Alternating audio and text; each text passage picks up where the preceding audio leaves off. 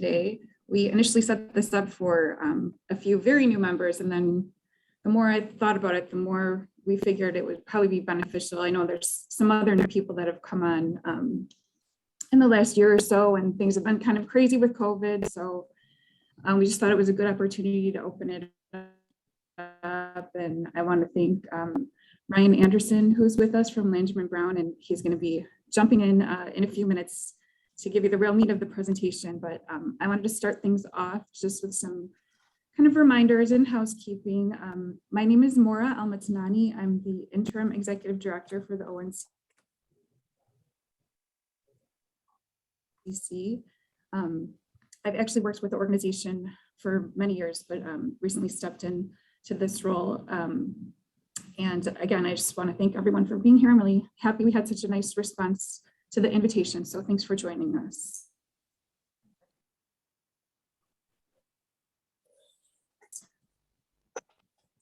Okay, just real quick, the mission of the ONCC is the O'Hare Noise Compatibility Commission will assist in developing meaningful methods to reduce aircraft noise in neighborhoods surrounding O'Hare International Airport through home and school sound insulation, and to reduce wherever possible, aircraft noise at its source.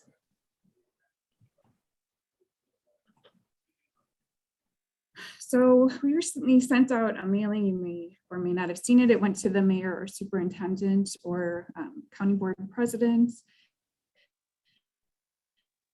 of your organization. The strength of the ONCC lies in the active participation of members.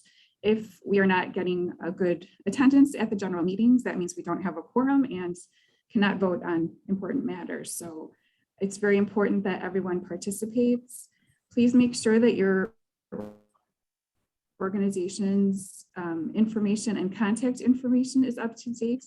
And I'm going to send out a document with all these links, so don't worry about recording them at this time, but you can submit changes at the website or you can email us. And we had a good response when we sent out our mailing. We did respond to that. Just a real quick overview, and Ryan may also cover this in his presentation, but the intergovernmental agreement, which each of your entities signed and passed. The O'Hare Commission area includes municipalities, counties, Chicago wards, and public school districts with an interest in O'Hare-related noise issues. And a principal purpose of this agreement is to provide a forum for those municipalities, counties, Chicago wards, and public school districts to work together with the city on a cooperative basis in addressing these issues. The bylaws, just again, I'm just kind of giving a quick overview of the logistics of everything.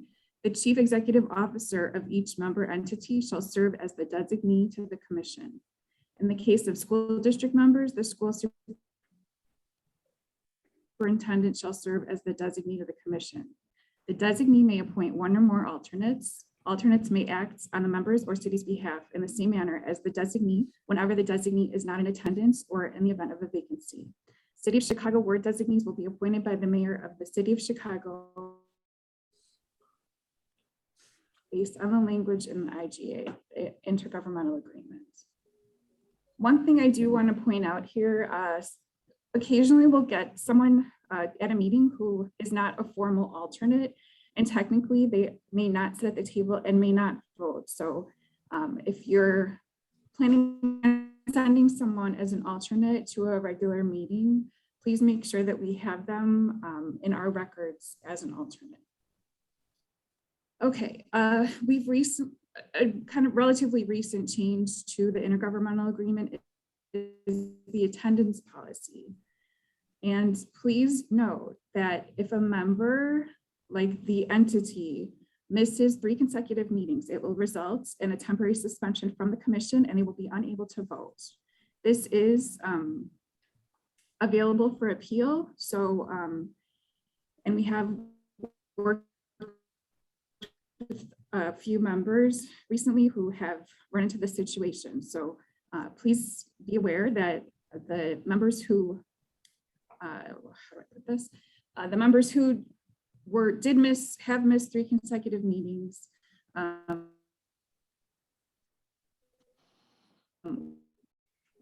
did recently receive notice that some of them, to try to resolve the situation, but we just want to enforce the fact that attendance is very important.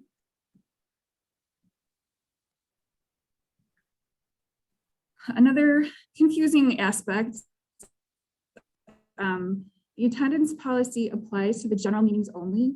Members are not required to attend committee meetings unless they are a member of the committee, and the committee attendance does not count toward the suspension policy or the overall attendance. So the main thing to remember is the regular ONCC meetings are the ones you need to be at. Not that you don't need to be at committee meetings if you're a member of the committee, but please, try to make those ONCC regular meetings. Just for your information, the ONCC committees include residential, fly quiet, technical. We just formed an ad hoc daytime noise subcommittee, a subcommittee of the technical committee. There's an ad hoc budget committee and ad hoc nominating committee that both meet as needed. Ad hoc. I will send this out, but just to give you a quick snapshot, these are the general meetings we meet monthly, but we have some meetings off, some months off.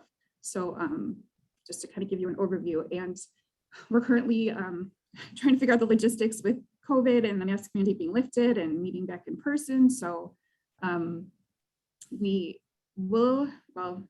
still trying to figure out what the Open Meetings Act provisions will be, but for now we're planning on continuing to meet virtually through March, and we'll let you know as soon as we have information beyond that. We don't have a general meeting in April. We are hopeful that our May regular meeting, which is our annual meeting, will be held in person, and we'll definitely keep you posted as to those details. And I know Ryan will probably touch on this too, but just wanted to make you aware of our website, which is o'harenoise.org. Meeting links, agendas, notices are emailed out in advance of each meeting and are posted on the website. And we're also on Facebook if you'd like to follow us there. But the website really is a great resource. We've got a ton of information up there, reports, maps, like I said, the meeting notices, the links will be posted there. So it's a great can everyone please mute themselves if you're not muted? Okay.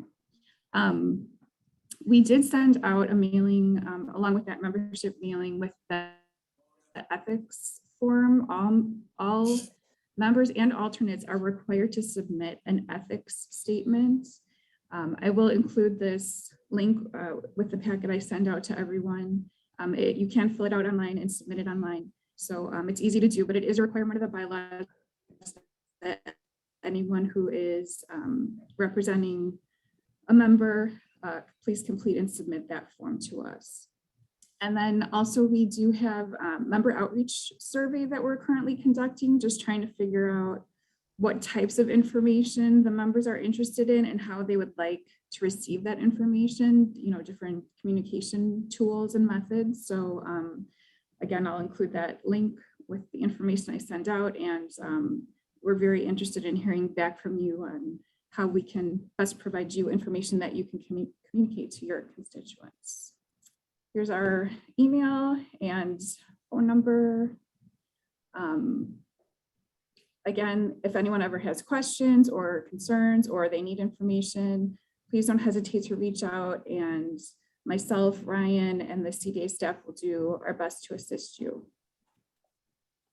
That is all I have for now. I'd like to introduce Ryan if he is ready. Ryan Anderson is with Langeman Brown. They're the consultants for the city of Chicago, and they work very closely with the commission.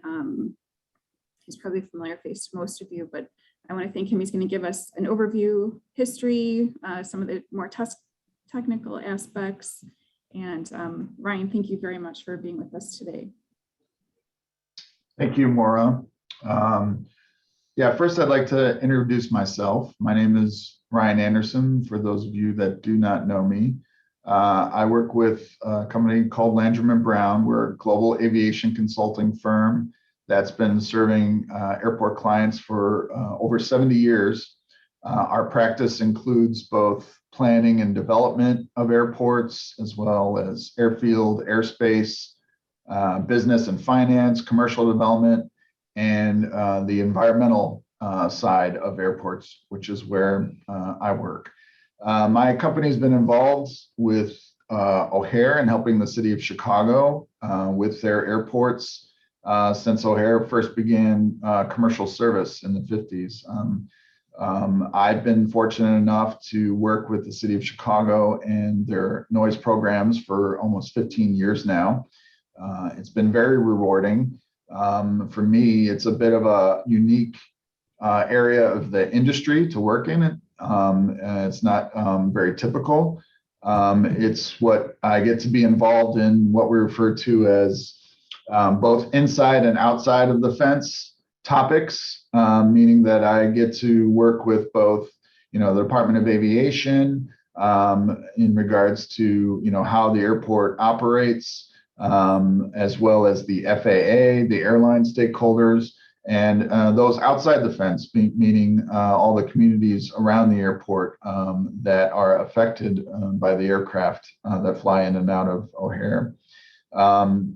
It is challenging as my goal is to communicate a very complex topic of the airport environment in a way that hopefully is understood by those outside of the industry, which can be a challenge, but I do find rewarding.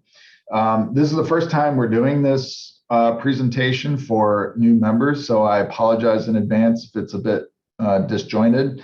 But the idea here is to give new members a brief introduction, not only to the ONCC, but the airport as well, just so that you don't drop into your first full commission meeting cold, where we do tend to talk about a lot of technical topics for some of you that may be brand new hearing for the first time. So we want to kind of give you a quick base level knowledge so that you're not completely overwhelmed by this complicated topic. So Maura, I'm assuming, let me make sure I can share my screen. Should be able to. Okay. Let me know if you can't. I have multiple.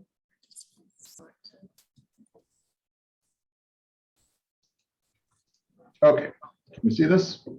Yep. Okay, good.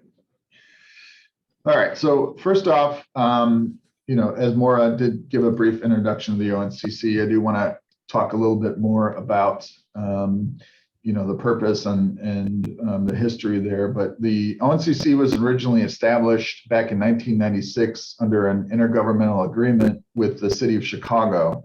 The ONCC is the only regional policymaking group that oversees management efforts, noise management efforts around O'Hare International Airport. The committee participates in the planning of noise mitigation projects to be implemented at the airport, oversees an effective and impartial noise monitoring system, and advises the city on O'Hare related noise issues. The committee is comprised of representatives of communities located all around O'Hare.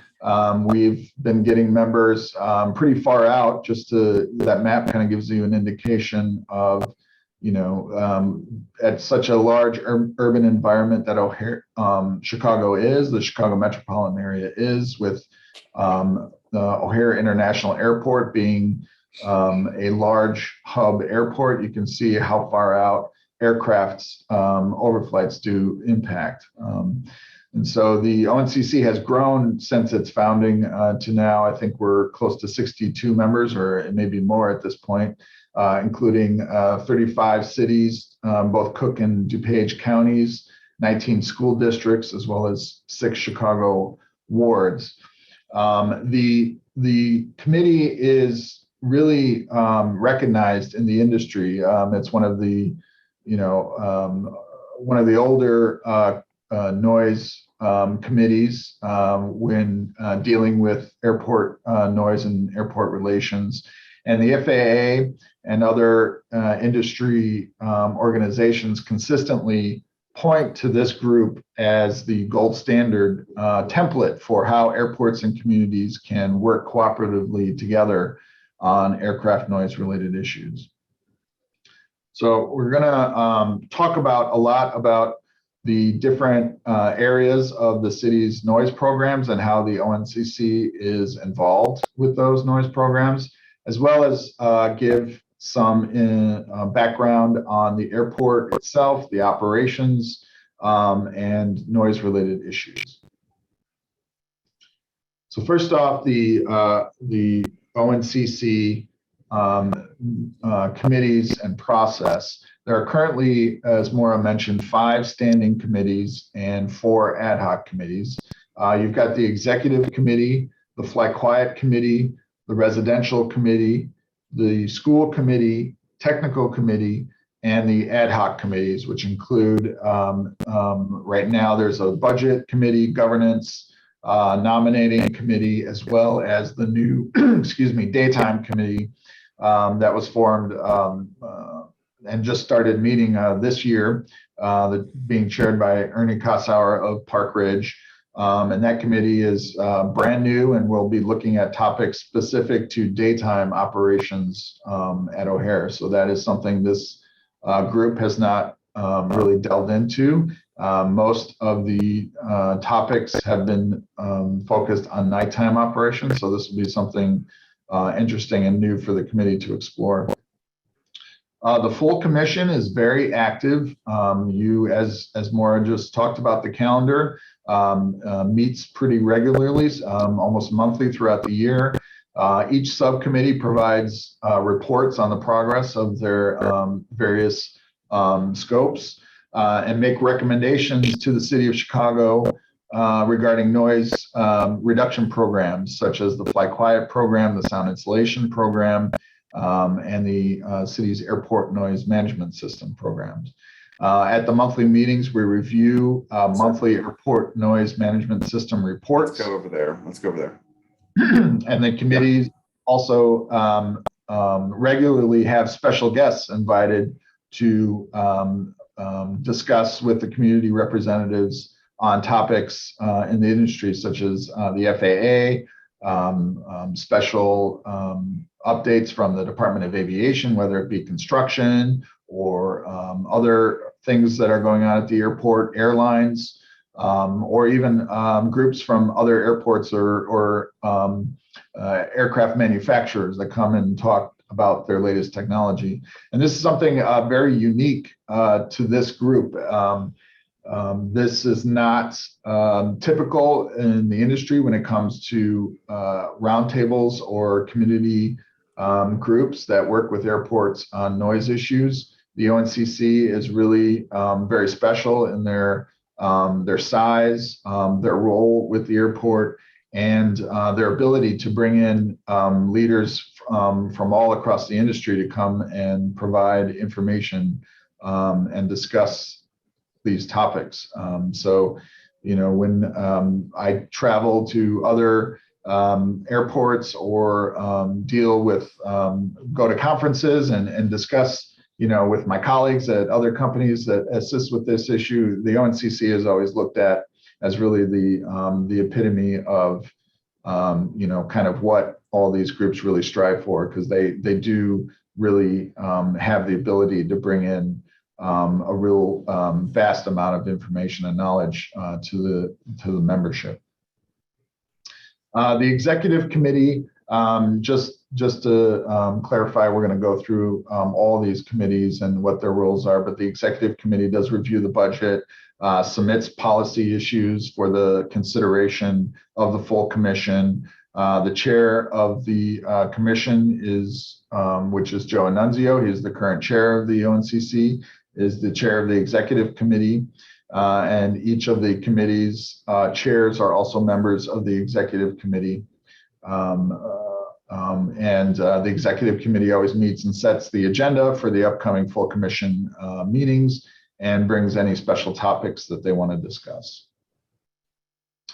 All right, before we delve into, before I move on, and really the role of the CDA is to provide as much information that the ONCC is looking for and to adopt any policies or recommendations that the ONCC does come up with as far as their noise management programs.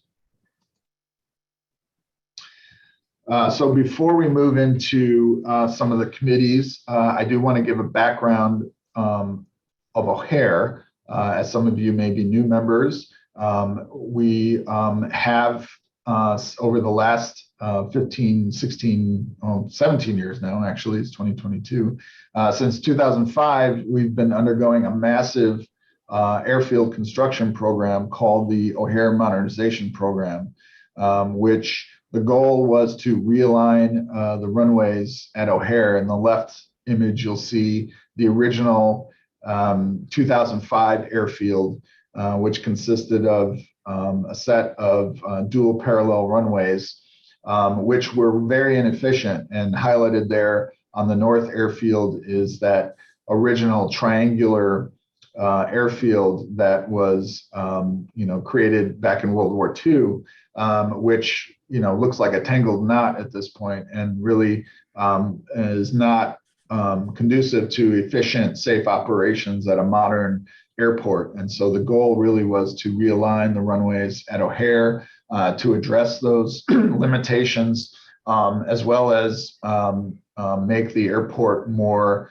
efficient with the weather in Chicago. As most of you know, O'Hare has been one of the busiest airports in the world.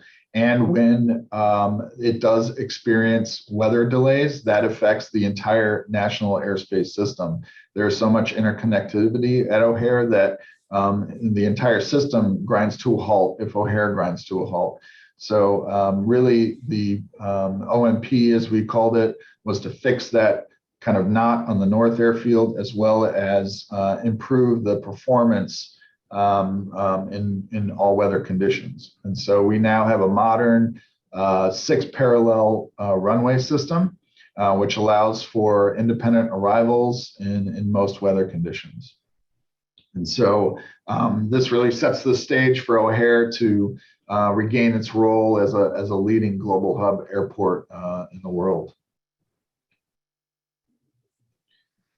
So now that we have realigned our runways, just a brief description of how the airport currently operates, specifically during daytime, when daytime is really the peak demand or the peak level of operations at the airport. Wind is the key factor that influences runway use and operation. Aircraft performance requirements make it necessary for them to take off and land into the wind for safety purposes. Ideally, aircraft should take off and land into the wind so that increased airflow over the wings provides improved lift. And so the airport is designed to operate in the best configurations for the wind conditions. And so in Chicago, we have really predominant winds out of the east or the west, and therefore the airport operates predominantly in two primary configurations that we call west flow and east flow. West flow is when the winds are coming out of the west, and east flow is when winds are coming out of the east. And the diagram you'll see on your screen here shows the runways that are used primarily for departures or arrivals in both of those flows. Now, it's important to note that the FAA decides which runways get used for arrivals and departures, and how those runways are used. But typically, this is unless there's some closure due to construction, or like we have a snow event this morning, this is typically how the airfield is meant to operate in the most efficient manner. Now we have two kind of 101s that we do with committee members, Airport 101 and Noise 101. Airport 101, presentation is out there for you to look at, but that's something when I do give that presentation, I encourage you to participate in. We get into a lot more detail as to these runway names, why they're named the way they are, and a lot more information on how the airport is designed and operates. And then we also talk about Noise 101, and this next slide here, I'm pulling from that because I want to introduce a term to all of you that is a term that we commonly use when we are discussing aircraft noise, and that is the day-night average sound level, or DNL. It is a metric we use to describe aircraft noise. It is a 24-hour time average sound exposure level with a penalty for nighttime. I'm not going to go into full detail exactly what it is, but this is really the Noise 101 presentation if you're more interested. But the important thing to take away here is DNL is the metric that we are required to use in the airport world when we're describing noise exposure. All federal agencies have adopted the DNL metric as the metric of choice for noise analysis. So anytime we're describing noise impacts, we use the DNL metric. And with that metric, the FAA has established the 65 decibel DNL as the threshold for significant impacts. And when I say significant, the FAA considers that to mean that any action that the FAA or the airport may take that would change the operations significantly at the airport that results in a significant change in noise could translate into sound insulation for homeowners. And so we'll talk a little bit more about sound insulation and the noise contour. But with this DNL metric and that DNL 65 DNL contour line, that they're really, it doesn't mean that people outside of this contour, outside of that significant impact area, aren't impacted by noise. They definitely are. Unfortunately, we have to draw a line with the FAA where we delineate what they consider to be significant impacts so that we can get federal money to provide sound insulation for homeowners. So that 65 DNL contour, is this nebulous line that gets drawn around the airport, which annualizes the aircraft noise exposure over a period of time. And this diagram here, the purpose is to show you just the changes over the decades with noise impacts surrounding O'Hare. That 65 contour has shrunk in size consistently since the late 70s. And mainly that is due to the change in the types of aircraft that operate O'Hare. One of the big things that really improved aircraft noise impacts is the requirement of phasing out of older, louder aircraft, and especially in the 70s and 80s, those that are old enough to remember or live near the airport, some of the types of aircraft that operated at O'Hare were extremely loud, and the Airport Noise and Capacity Act helped to force the airlines to retire those and replace them with more quieter aircraft. And so you'll see those lines get significantly reduced to that OMP, what we refer to as the OMP build-out noise contour. So we've had, again, significant changes at O'Hare since, actually, I think this slide is out of order, but that's okay. We've had significant changes at O'Hare since we developed that OMP and finished the OMP modernization program. We've built all this whole new runway system with the east-west parallel configuration. The original Fly Quiet program that the Department of Aviation and the O'Hare Noise Compatibility Commission came up with and implemented was based on that old airfield before OMP was built and completed. And so there's been a lot of changes since 1997, whether it be the airfield itself or aircraft technology, air traffic technology. And so the time has really come to redevelop that Fly Quiet program. And this is where the Fly Quiet Committee comes in. So the existing program is 25 years old and is desperate need of redevelopment. It's sorely out of date, and I use the term broken. It just doesn't work with the current airfield. And so the ONCC created a new permanent committee, the Fly Quiet Committee, charged with the goal of developing a new program that will minimize and ideally equally distribute aircraft noise during the overnight hours.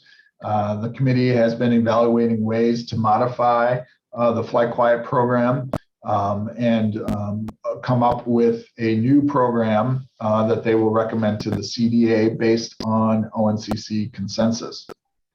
The committee was founded in 2015, and over the last several years, they've made a lot of progress and significant development.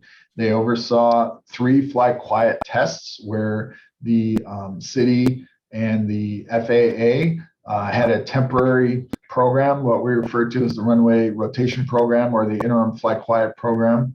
It was very successful. The aim was to provide a better balance of operations at night over the communities around O'Hare. Good. How are you? Can you please mute? Thank you.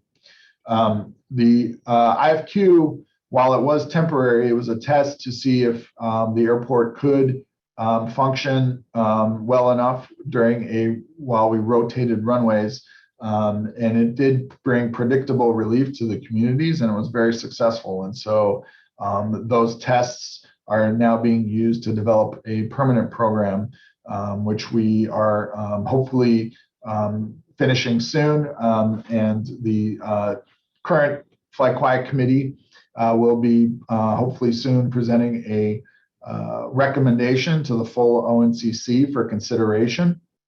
With the ONCC wishes to reach consensus on the preferred program, they will submit to the CDA for their consideration, and the CDA will submit that to the FAA for their review and approval.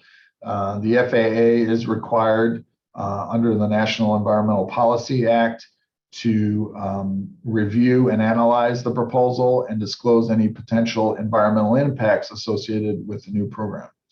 And so the FAA will do a very robust review and analysis of the program and disclose the findings. The next topic I want to talk about is the O'Hare Residential Sound Insulation Program.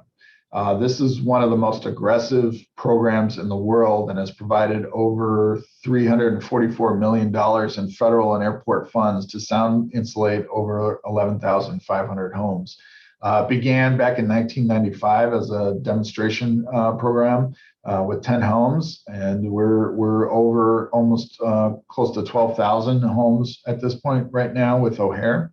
The ONCC Residential Sound Insulation Subcommittee was formed to provide input and oversight to the program. The program is designed to reduce the effects of aircraft noise inside the home to achieve a much quieter environment and better quality of life within the homes of those people that live in the most high impacted areas affected by aircraft noise. The homes received acoustical windows and doors, which greatly attenuate the noise inside the home and help to create a much quieter environment for those people that do live close to the airport. Since 1995, the program has provided millions of dollars in federal and airport funds. When the FAA issued the record of decision for the O'Hare Modernization Program, it identified what we refer to as that O'Hare Modernization Program 65 DNL contour as the noise contour to be used for sound insulation purposes. So that contour is really the line that delineates those homes that are able to be eligible for sound insulation. And there are also additional eligibility criteria as established by the CDA in collaboration with the ONCC Residential Sound Insulation Program Committee. The committee is currently chaired by Ralph Sorcy of Melrose Park and vice chaired by Brian Gasor of Norwich. But a very successful program, one of the biggest programs in the world. Most other airports don't even come close to the amount of homes or the money spent as O'Hare does on sound insulation. Another very successful program has been the school sound insulation program, which began back in 1982. And it serves to sound insulate schools in the communities around O'Hare. It is one of the largest and oldest programs in the world. It's provided over $350 million in federal funds and airport funds to sound insulate 124 schools to date. The School Sound Insulation Committee was formed to provide input and oversight to the program, where they've guided the development of the criteria used to select schools to be included for the program. This program is why there are a large number of ONCC members that are representatives of school districts, because we really need guidance and help with the school district administrators to coordinate not only with selecting the schools to be included, but as well as once schools are identified as potentially eligible, there's a lot of testing that needs to be done to determine what areas of the school need sound insulation.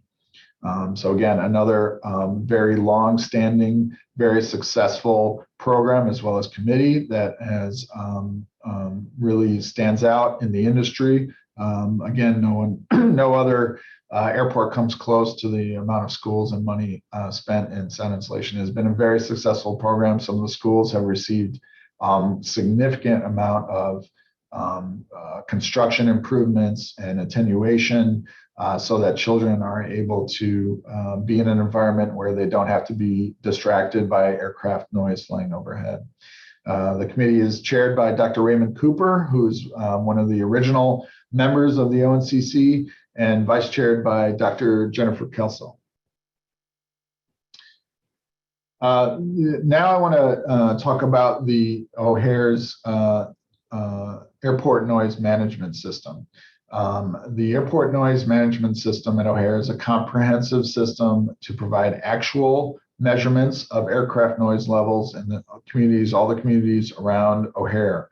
The integrated system includes a number of components, including a network of what we have for, 40 permanent noise monitors currently. You'll see on the map, those are all those red dots. We actually have 3 more that we're working on. Those are those blue dots. So we'll be soon to be 43 permanent noise monitors around O'Hare. This is more than any other airport in the country. Those monitors provide real-time active aircraft noise measurements. The system also ties directly into the FAA's air traffic control radar data so that they are able to track not only the flights, but also the sound created by those aircraft. There's more than 5 million data points that get into the system on a daily basis. It's a very robust system, and we use this data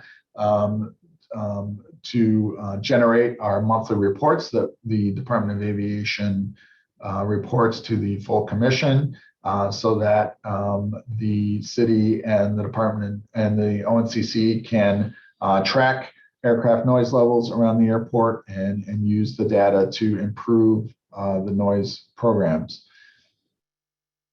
We also have a portable noise monitor program. The CDA has a stable of portable noise monitors that they are willing to deploy to homeowners at no cost. The portable noise monitor is deployed at homes, whoever wants to request one for a 2-week period to give a snapshot of the operations and noise impacts that occurred at their home during that time. The reports are very comprehensive. A lot of information is provided, and we found this to be very useful for homeowners to get a better idea of the types of operations that they're affected by and what the actual noise levels are that are being generated by the aircraft flying over their communities. We also are happy to provide portable monitors to municipalities as well if they would have certain areas where they're getting a lot of noise complaints and they want to get more information as to what is causing those complaints. The Department of Aviation is happy to provide temporary noise monitors to get more data. And so that brings me to the technical committee of the ONCC. This committee is where a lot of the real work gets done.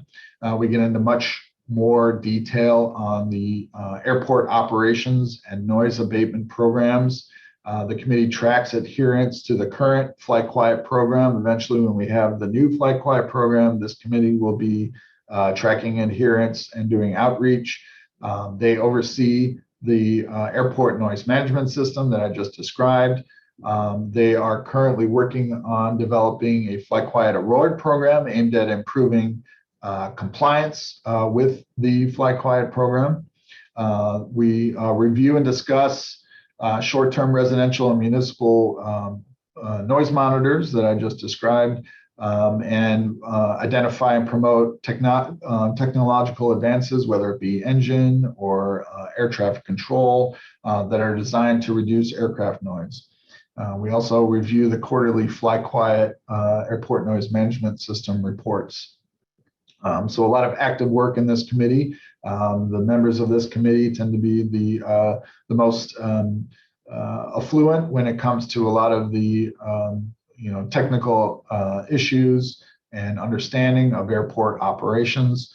It's currently chaired by Evan Summers of Bensonville and vice chaired by Dennis Ryan of River Grove. This next slide, I wanted to briefly just kind of describe the roles and responsibilities of some of the stakeholders when it comes to airport operations. And so when we talk about airport operations and who's responsible for what, sometimes communities get a little bit confused because we're constantly pointing fingers at one another, whether it be an airline, the airport, or the FAA. So I just kind of want to give a little bit of overview of who's really responsible for what. The FAA is the federal agency in charge of airspace, and they have sole jurisdiction and responsibility for flight paths. The FAA sets flight safety standards. They decide how the best way for runways to get used.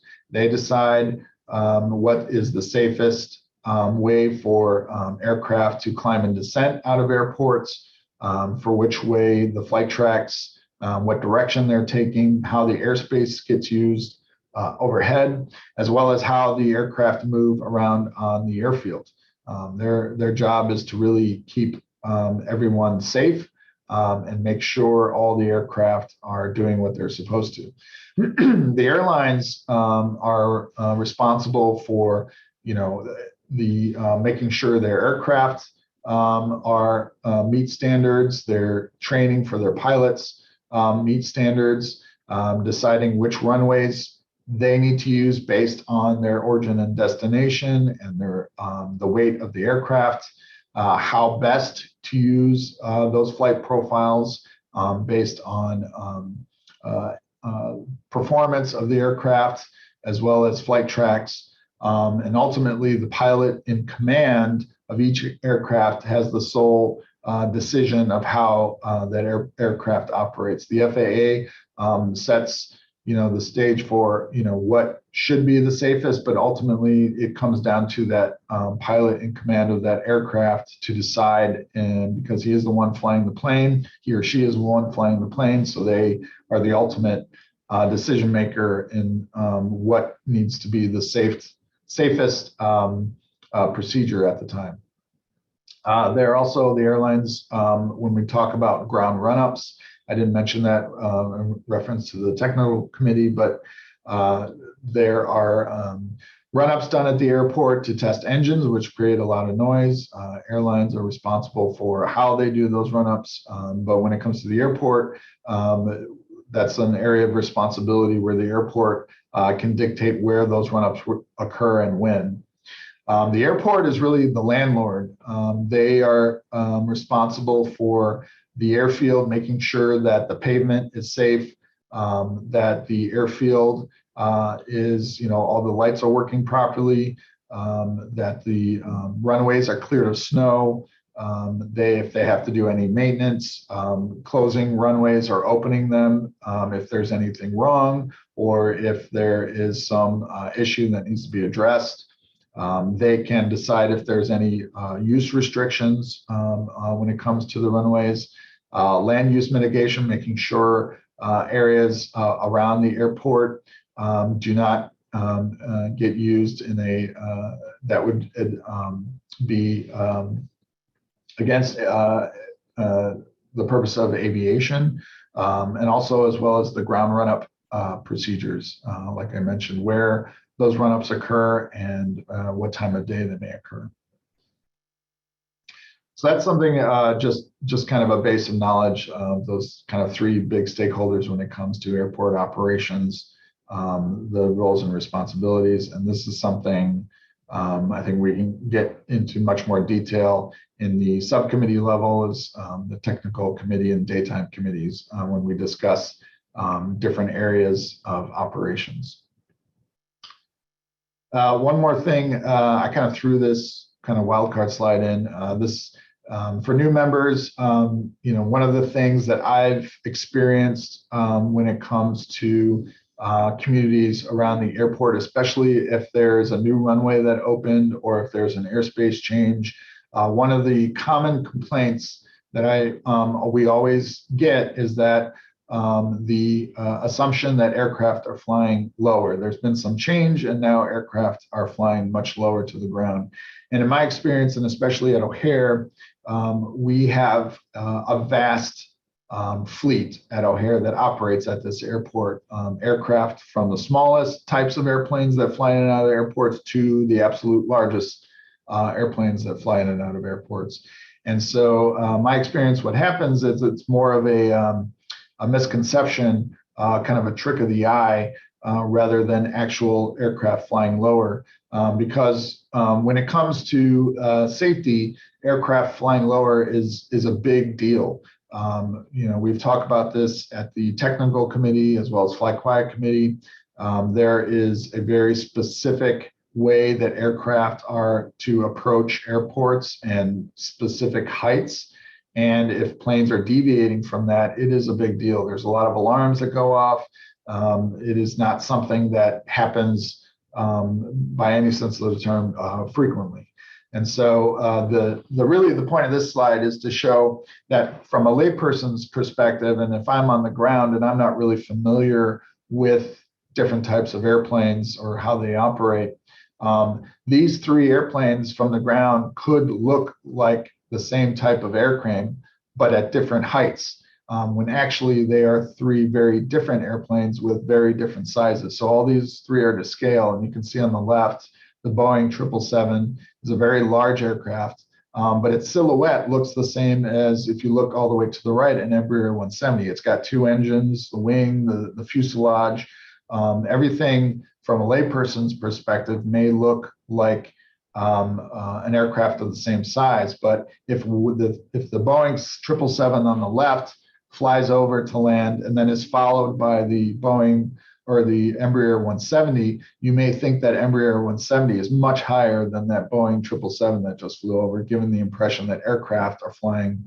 much lower than you think they should. So just some information if you do talk to your constituents and they do make this comment, this is some information that I found helpful.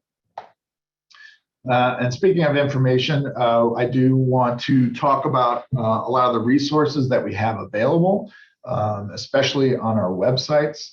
On the CDA's O'Hare Noise Management websites, we have put a ton of information on there on all these topics, whether it be Airport Operations 101, noise 101, what is the 65 DNL, what is that metric.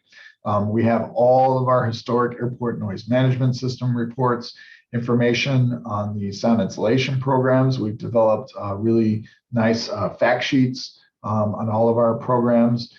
We also have a flight tracker, which I want to pull up and show you how to use that, as well as a online noise complaint entry form. So your constituents, if they are experiencing aircraft noise, they can. This is where they can go to file noise complaints, which we do track and report back to this commission on a monthly basis.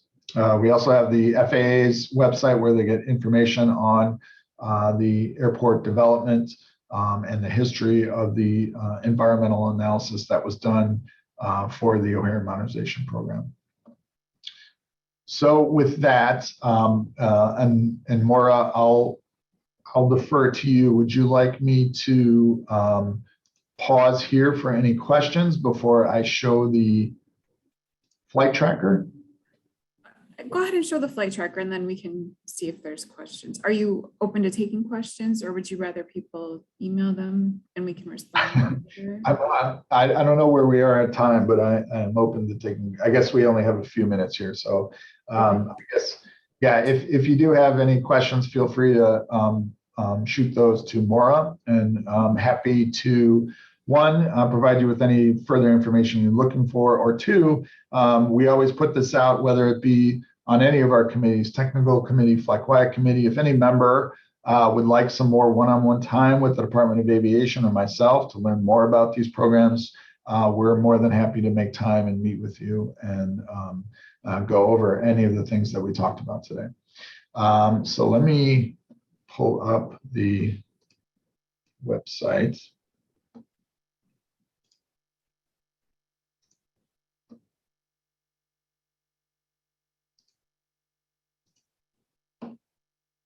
Okay, so this is the Department of Aviation's website at flychicago.com. As I mentioned, they have a lot of information posted here on all these topics that I briefly went over today, including a flight tracker, which I think is pretty cool and very useful. The flight tracker is basically a live replay. Well, not exactly that, there's a bit of a delay, but a relatively live replay of the operations at the airport.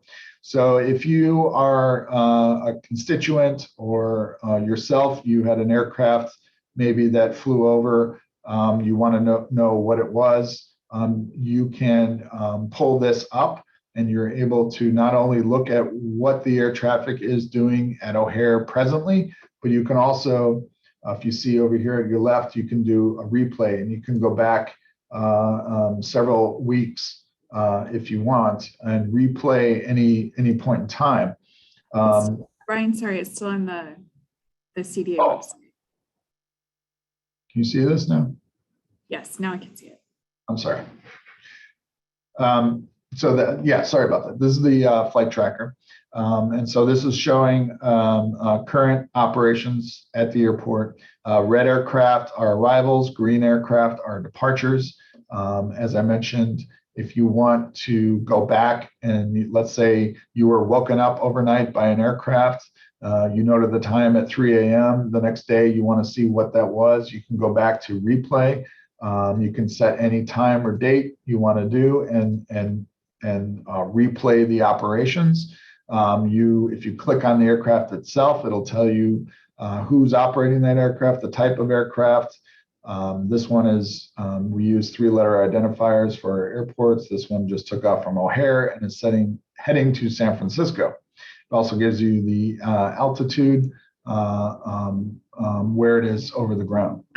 So a lot of information that you can get, even if your constituent mentions they were woken up by an airplane, you can help them find more information about it. So I think this is a useful tool to help learn more about the operations at the airport, as well as find more information about aircraft that may have flown over your home. Okay, Maura, with that, Looks like we're almost to 11.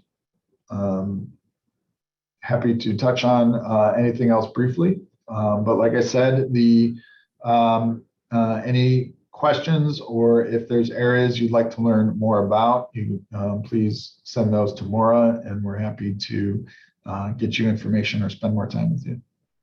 And welcome to this group. I hope that you find participating in this commission worthwhile, and that you you find learning about this topic interesting, and because I do enjoy working with this committee and this commission and discussing these topics. I've been always very impressed everyone's ability to absorb this really complex topic. And so I continue to enjoy working with this group.